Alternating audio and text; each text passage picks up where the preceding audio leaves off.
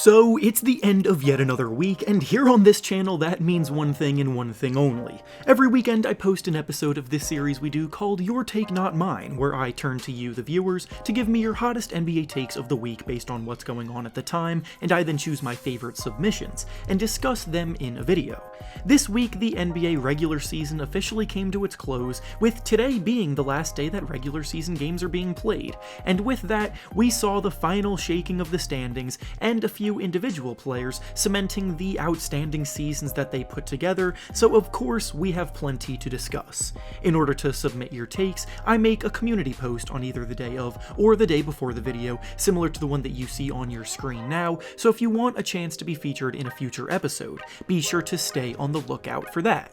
Before we start though, I want to thank PrizePicks for sponsoring this video. PrizePicks is the perfect service for all of us basketball fans here, because when you're involved, it makes watching games every night so much more fun and engaging. Basically, it's an application that provides you with lines on all kinds of individual player props, such as points, rebounds, assists, three-pointers made, amongst others, and you simply have to choose whether you believe they will record over the set amount in the line or under the set amount in the line. Make your selections, wager however much you want to, and if your picks hit, you can win some big money. For some picks that I'm looking at making for today's slate of games, I'm thinking of going with Terry Rozier to score over 18.5 points, Jalen Green to score over 23.5 points, and Marcus Smart to make over 1.5 threes. If this sounds at all intriguing to you, then go use the link down in the description of the video to sign up today and use promo code REFERENCE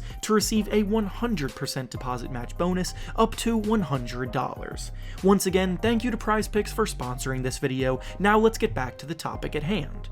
The first take we'll be discussing today comes to us from Jay Thompson, and he says that despite the Heat being the 1 seed, he still feels as though they are underrated in the East by most people, and because of the makeup of their team, they're one of the only teams with a chance to slow down Giannis and could potentially go all the way to the finals again. Admittedly, it does feel weird that the team with the best record in the Eastern Conference isn't one of the 5 favorites to win the finals, as Vegas is currently giving them the 6th best odds in the NBA of doing so behind fellow Eastern Conference teams like the Nets, Bucks, and Celtics, but as history has shown in the past, regular season records don't always tell the whole story, and more context needs to be taken into account. The Celtics have been the hottest team in the whole league in the second half of the year, so they're entering the playoffs playing their best basketball. The Bucks are the defending champions with most of their core from last year back, so it's reasonable to trust that they'll be very tough in the playoffs again,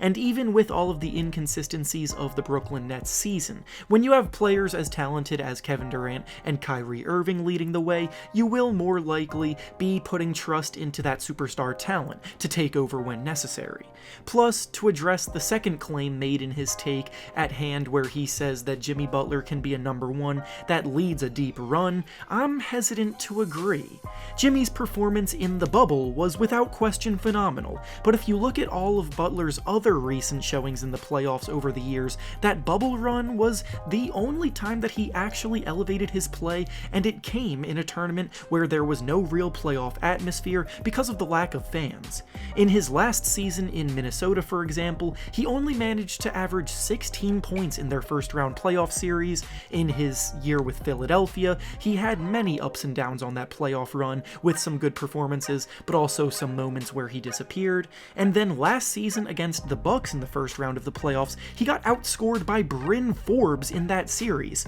So all in all, I'm not so sure that Butler has actually earned this reputation that he seems to have as a quote-unquote big game player. The next take we'll be discussing today comes to us from Greg, and he says that the Toronto Raptors are going to be this year's Atlanta Hawks, as the team nobody really anticipates making a deep run that will surprise everyone by doing so. The Raptors are an incredibly interesting team to watch as we enter the postseason, because even though they don't have the traditional star talent leading the way, guys like Pascal Siakam and Fred VanVleet have had outstanding seasons, and this team as a whole can give anyone fits because of the way that they are built. The Raptors are so long and athletic top to bottom, they get such balanced production across the board from the guys in their rotation, their young players have developed so well over the course of the year as it's gone on, and they can beat you in many different ways. Fred VanVleet and Gary Trent can catch fire from deep at any moment, Pascal Siakam has been unbelievable attacking off the dribble and finishing inside, Scottie Barnes is a matchup nightmare as a rookie with his strength and agility along with his size and length on both ends of the floor, Precious Achiuwa is now shooting the lights out after a rough start to the season, and OG Anunoby plays the role of the jack-of-all-trades player in the lineup that plays strong defense and can be a reliable secondary scorer. Now, regarding the original take here, I won't go as far as to say that I'm predicting a conference finals run from them this year, because the East really is as strong as it has been in quite some time, but at the same time, it wouldn't surprise me at all if they do.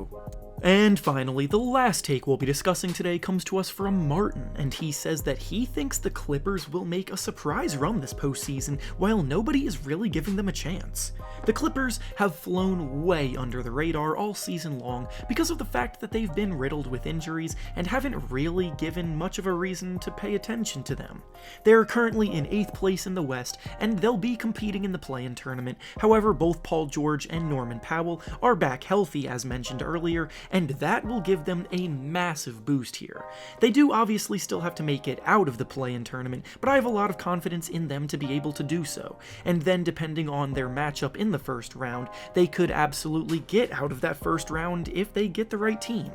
Admittedly, if they remain as the 8th seed and have to face the Phoenix Suns in the first round, then their run will probably end there. The Suns are the best team in the NBA until proven otherwise. They beat the Clippers in the playoffs last season, and now they're even better. However, if the Clippers beat out the Timberwolves for that 7 seed, then things become much more interesting. The Grizzlies deserve respect for getting that 2 seed without question, but it isn't unreasonable to question whether their combination of youth and playstyle are built for playoff basketball. Inexperience rarely wins in the playoffs, and the Grizzlies in particular rely heavily on dominating in transition, so when the game slows down as it typically does in the playoffs, and they get fewer transition opportunities, that may prove to be the perfect matchup for the experienced Clippers team to take advantage of. If Paul George is playing like the Paul George that we know he can be, then they're a dangerous and deep team, and nobody would want to play them in round 1 regardless.